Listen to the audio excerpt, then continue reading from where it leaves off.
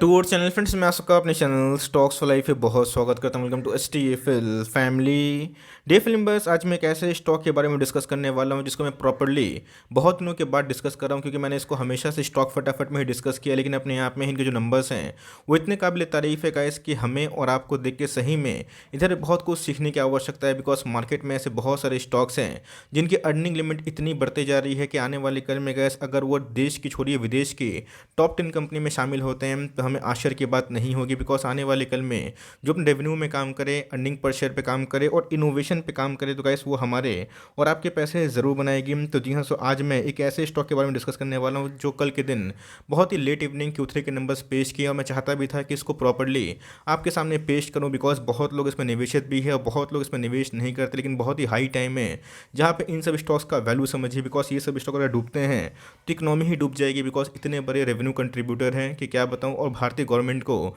इनसे बहुत ज़्यादा मुनाफा भी होता है। तो फटाफट डिस्कस करते हैं इंटरेस्टिंग वीडियो को, बहुत ही कुछ सीखने को मिलेगा। चैनल फर्स्ट टाइम होंगे सब्सक्राइब कर सकते हैं इस तरह क्वालिटी कंटेंट को सबसे पहले एक्सेस करने के लिए। Now without delaying any for time, let's begin.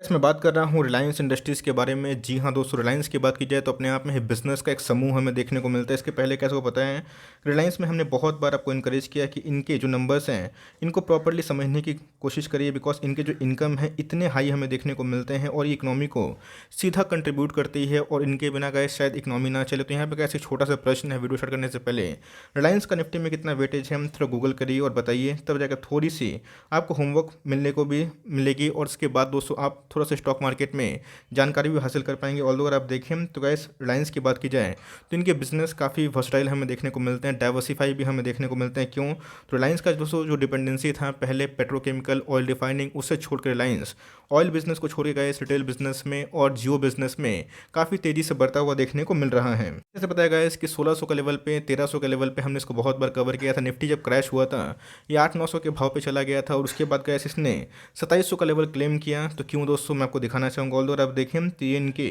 Q3 के नंबर्स हमें देखने को मिल रहे हैं। तो ईयरली वाइज परफॉर्मेंस कैसी है और क्वार्टरली वाइज परफॉर्मेंस कैसी है फटाफट डिस्कस कर लेते हैं। तो जी हाँ, अगर आप इनके रेवेन्यू देखें तो गैस सारे फिगर रुपीज़ से करोड़ से हैं, कोई लैक्स में फिगर नहीं है। तो आप समझिएगा इसकी जो आंकड़ा है अपने आप में ही मैसिव हमें देखने को मिलता है। तो 1.28 लाख करोड़ से इनके अगर आप देखें जो फिगर अभी के टाइम आ रहे हैं 1.95 लाख रुपीज़ करोड़ के आसपास हमें देखने को मिल रहा है। मतलब गैस 1,95,000 करोड़ के आसपास इनके रेवेन्यू हैं। बहुत कंपनी के तो गैस इतना मार्केट कैप भी नहीं होती। क्वार्टरली वाइज अगर आप देखें तो 1,78,000 से 1,78,000 से अभी के टाइम में हमें 1,95,000 के आसपास देखने को मिल चुकी है। इतने खर्चे भी होते हैं। जब कोविड पेंडेमिक आया था, डिस्ट्रप्शन था मार्केट में, तब दोस्तों ऐसे बहुत सारे नंबर्स थे जो इनके खराब आए थे। बिकॉज ऑयल रिफाइनिंग बिजनेस में इनको काफ़ी घाटा हुआ था। बट अभी के टाइम में इकोनॉमिक रिकवरी काफ़ी हाई देखने को मिल रही है। तो जी हाँ, लास्ट ईयर के क्वार्टर की बात की जाए और इस वर्ष के क्वार्टर की बात की जाए तो इनके खर्चे ही बढ़े हैं। पहले के खर्चे की बात की जाए तो 1,13,000 करोड़ के आसपास, और अभी के टाइम में इनके जो खर्चे हैं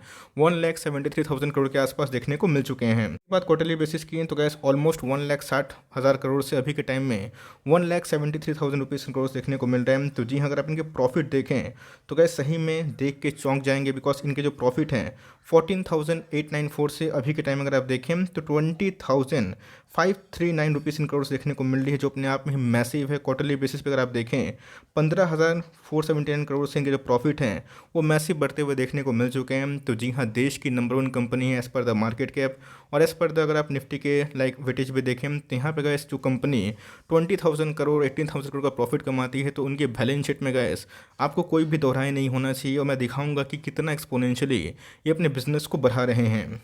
ऑल्दो इधर पे एक थोड़ा सा एडजस्टमेंट है जिसकी वजह से अगर आपको असल प्रॉफिट देखना है तो जी हाँ, सो शेल में इनका एक बहुत बड़ा लाइक पार्टनरशिप था यूएस में, वो हमें स्टेक सेल देखने को मिला और कम्प्लीटली जो कंपनी का शेयर है वो उधर से एग्जिट होता हुआ देखने को मिल रहा है। इसीलिए कैसे इधर पे एक्सेप्शनल आइटम 25-28 करोड़ के आसपास जंप देखने को मिला था। बट असल में अगर आप देखें जो कंपनी का जो ओनर्स ऑफ द कंपनी में कितना फ़ायदा हमें देखने को मिल रहा है। बिकॉज हम लोग भी कंपनी के ओनर्स ही हैं। बिकॉज हम लोग अगर शेयर परचेज करते हैं तो we are the owners of the company. 13,000 crore से अगर आप देखें जो इस क्वार्टर की प्रॉफिट की बात की जाए तो वैसे 18.5 रुपीज़ इन करोड़ देखने को मिल रही है।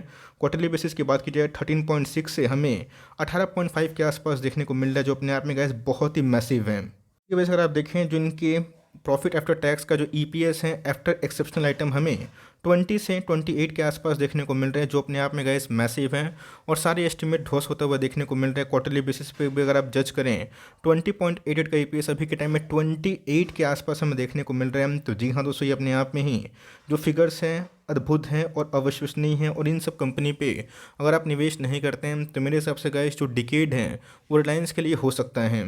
गाइस कोई स्पेकुलेशन करना नहीं चाहता हूँ, आपको सही जानकारी देना चाहता हूँ, बिकॉज रिलायंस की जो डिपेंडेंसी थी ऑयल टू जो O2C बिजनेस है, जिसमें पेट्रोकेमिकल का बिजनेस हमें देखने को मिलता है, ऑयल रिफाइनिंग का बिजनेस देखने को मिलता है, उसमें तो जंप हमें देखने को मिल रहा है 83,000 से हमें रुपीज़ इन करोड़ में 1,31,000 रुपीज़ इन करोड़ देखने को मिल रहे हैं। क्वार्टरली बेसिस में जंप है, लेकिन दूसरे इधर पे जो चौंकाने वाले आंकड़े हमें देखने को मिल रहे हैं जो उनके सर्विसेज हैं, किसमें जियो का जो बिजनेस है और गैस रिटेल के बिजनेस है। आपको पता है कि एवेन्यू सुपरमार्ट एक छोटी कंपनी है, रिलायंस उस कद से अगर आप कंपेयर करें तो बहुत बड़ी कंपनी है, और कभी ना कभी जब जियो की लिस्टिंग होगी, रिटेल की लिस्टिंग होगी, तो गैस ये सब कंपनी बहुत धूम मचाएंगी। इनकी अगर आप ईयरली परफॉर्मेंस देखें तो मैसिव जंप हमें देखने को मिल रहा है। 37,860 से हमें 57,717 देखने को मिल चुकी है। बेसिस की बात की जाए तो 45,000 रुपीज़ इन करोड़ से गैस हमें 57,000 रुपीज़ इन करोड़ देखने को मिल रही है। तो गैस इनके जो बिजनेस हैं, जो इनकी डिपेंडेंसी थी ट्रेडिशनल बिजनेस की, ऑयल बिजनेस में, पेट्रोकेमिकल बिजनेस में निवेश करना है, वो दोस्तों धीरे धीरे डिपेंडेंसी कम कर रहे हैं। और रिटेल की बात की जाए तो आने वाले कल का गैस भविष्य है, और इसीलिए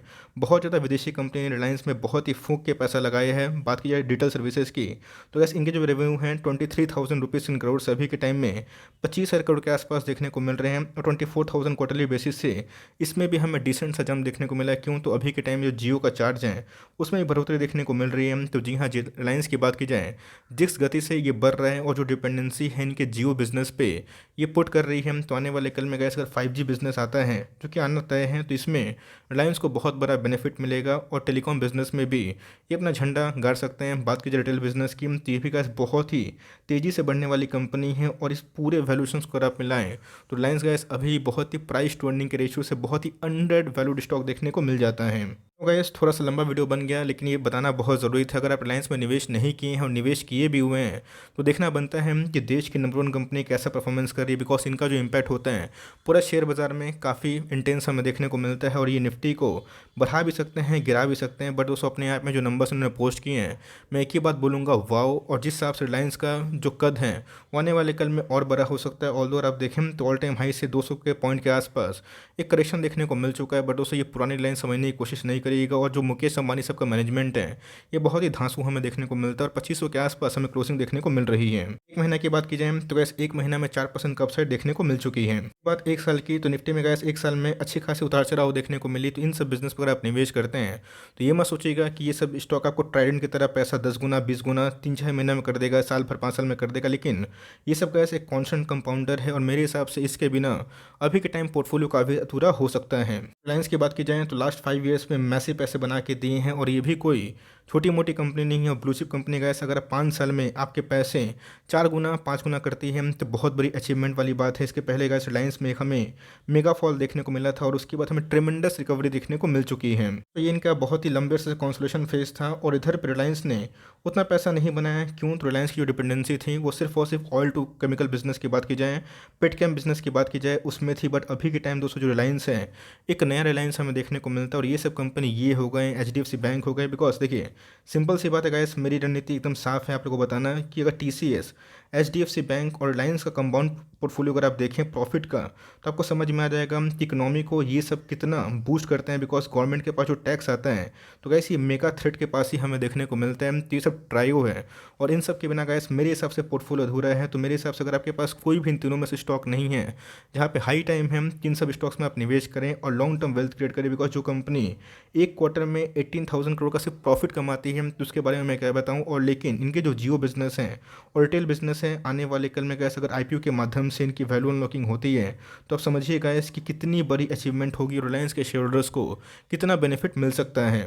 मार्केट कैप की तो आप देख सकते हैं 16 लाख करोड़ के आसपास की मार्केट कैप है। तो पूछेंगे कि सर 16 लाख करोड़ की मार्केट कैप है तो क्या कहीं 50 लाख करोड़ के आसपास की मार्केट कैप होगी? इसका आंसर है ऑफकोर्स होगी। बिजनेस में दम रहेगा तो ऑफकोर्स होगी। और जो बिजनेस का इतना तेज़ी से आगे बढ़ रहा है और रिटेल चेन में इतनी लाइक बढ़िया ग्रोथ हमें देखने को मिल रही है। इसके बारे में क्या बताऊं, तो ऑल टाइम हाई से आपको 2 को के पॉइंट के आसपास डिस्काउंट मिल रहा है। 30 का पी है, कोई 100-200 का पी नहीं। और मेरे हिसाब से जब इनकी वैल्यू अनलॉकिंग होगी तो जी हाँ दोस्तों, इसका जो अनलॉकिंग का पीरियड होगा वो काफ़ी प्रीमियम हो सकता है। आर की बात की जाए, आर की बात की जाए, हमें 10 के नीचे देखने को मिलते हैं, तो इससे कन्फ्यूज़ मत होइएगा। बिकॉज रिलायंस कोई छोटी मोटी कंपनी नहीं है जहाँ पे आप इसका 25-30% आर उम्मीद करें, बट अपने आप में ही बहुत ही बड़े आंकड़े हैं। इनका फेस वैल्यू की बात की जाए 10 दिखाई पड़ जाती है। इसकी बात की जाए तो गैस इनके पास सिर्फ रिजर्व देखिए 7.5 लाख करोड़ के आसपास है। एम प्रीटी मच श्योर कि अगर आप मार्केट को फॉलो करते हैं तो आपको अच्छे से पता है कि रिलायंस ने बहुत पहले अनाउंस कर दिया था कि वो नेट डेट फ्री हमें देखने को मिलते हैं। इसका मतलब क्या हो गया कि वो कभी भी अपने जो कर्जे हैं उसको चुका सकते हैं। लेकिन यस, इनके ऊपर कर्जे भी है, लेकिन कर्जे की बात की जाए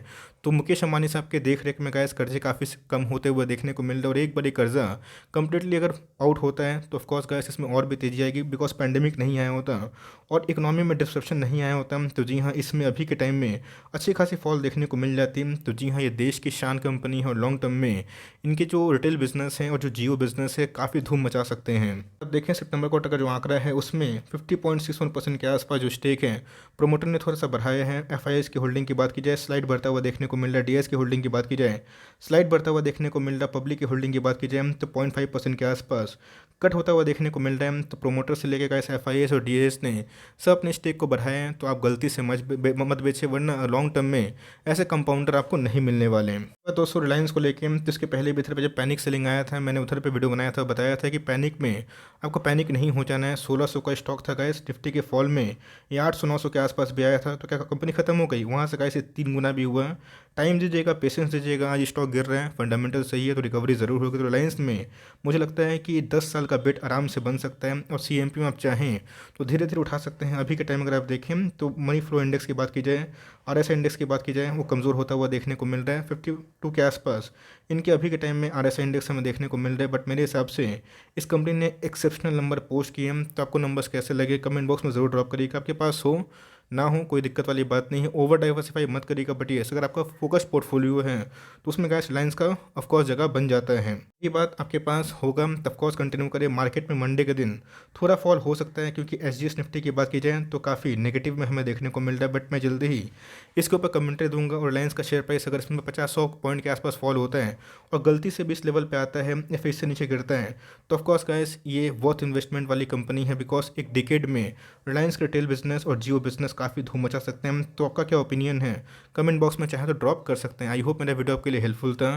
कंटेंट से लगा तो लाइक कर दीजिएगा। चैनल फर्स्ट टाइम होंगे तो याद से सब्सक्राइब करना भूलिएगा। फर्दर कोई डाउट है उसको ड्रॉप कर सकते हैं। कुछ रिव्यू चाहिए उसका नाम भी ड्रॉप करना भूलिएगा। I would love to make a video on your demand guys. मिलते हैं जल्दी ही, तब तक के लिए bye. Thanks for listening friends, God bless you all.